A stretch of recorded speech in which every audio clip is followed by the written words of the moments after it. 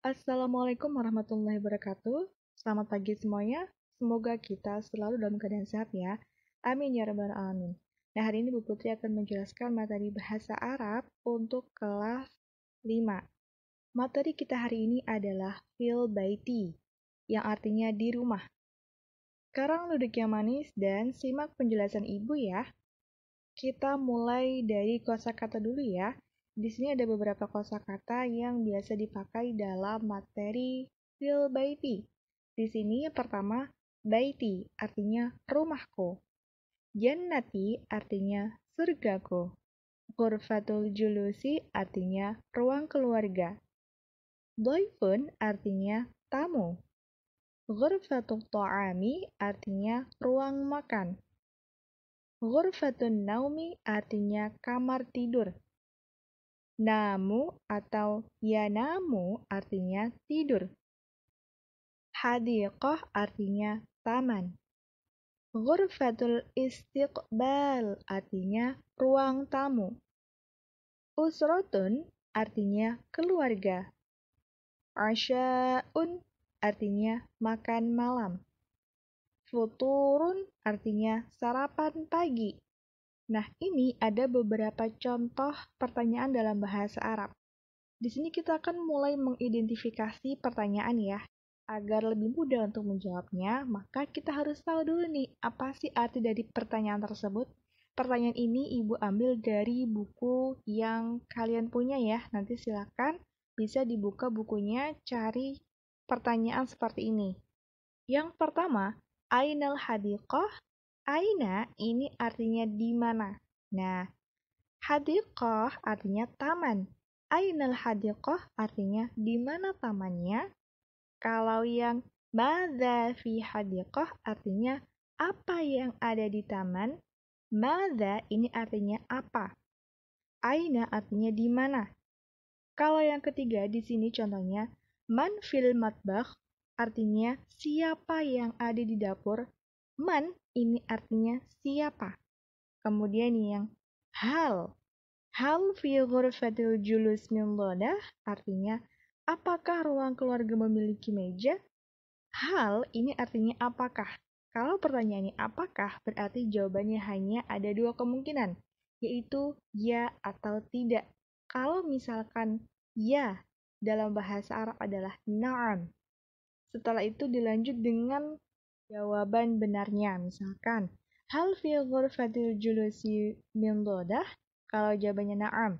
Na'am fi ghurfatil julusi min dhadah. Artinya, ya, ruang keluarga memiliki meja. Contohnya seperti itu. Kalau jawabannya tidak gimana, Bu? Kalau jawabannya tidak berarti dilanjut dengan jawaban betulnya. Kemudian kalau yang di bawahnya di sini ma launul azhar artinya apa warna bunganya. Ma ini juga sama artinya ya. Artinya apa? Sama seperti madza. Jadi ingat, aina artinya di mana, madza artinya apa, man artinya siapa, hal artinya apakah, ma ini juga sama artinya apa. Apa warna bunganya? Ma launul azhar. Azhar ini artinya bunga. Dan sekarang kita lanjut pada materi kalimah. Al-kalimah. Apa sih kalimah ini? Kalimah ini bukan kalimat ya. Dalam bahasa Arab, kalimah artinya kata. Kalimah itu contohnya seperti apa sih? Kalimah itu ada 3 jenisnya. Contohnya isim. Isim adalah kata yang menunjukkan arti benda atau yang dianggap benda. Kemudian ada namanya fi'il. Fi'il ini juga termasuk kata. Fi'il adalah kata yang menunjukkan suatu pekerjaan. Nah, yang terakhir di sini adalah huruf. Huruf adalah kata yang tidak dapat berdiri sendiri. Coba kita lihat contohnya. Untuk yang isim di sini ada Umar. Umar ini kan nama orang, Bu. Iya, maka dari itu nama orang itu dianggap benda. Ya, ingat nama orang dianggap benda. Kemudian di sini ada madrasah. Madrasah adalah sekolah. Fasl ini fasl adalah kelas. Nafidatun adalah jendela. Maktab di sini artinya meja. Maq'ad artinya bangku. Terus di sini thalib artinya siswa. Jadi siswa ini juga dianggap sebagai benda. Kemudian yang contoh fi'il. Fi'il ini adalah kata kerja. Ingat, fi'il kata kerja. Contohnya kharaja, dhahaba, yata'allam, ada nadkhulu. Kharaja artinya keluar, dhahaba artinya sama ya, keluar atau pergi. Yata'allam artinya belajar, nadkhulu artinya masuk. Nah, ini ada beberapa perbedaan. Kalau misalkan nadkhulu, ini ada na-nya ya. Nadkhulu ini berasal dari kata dakhala.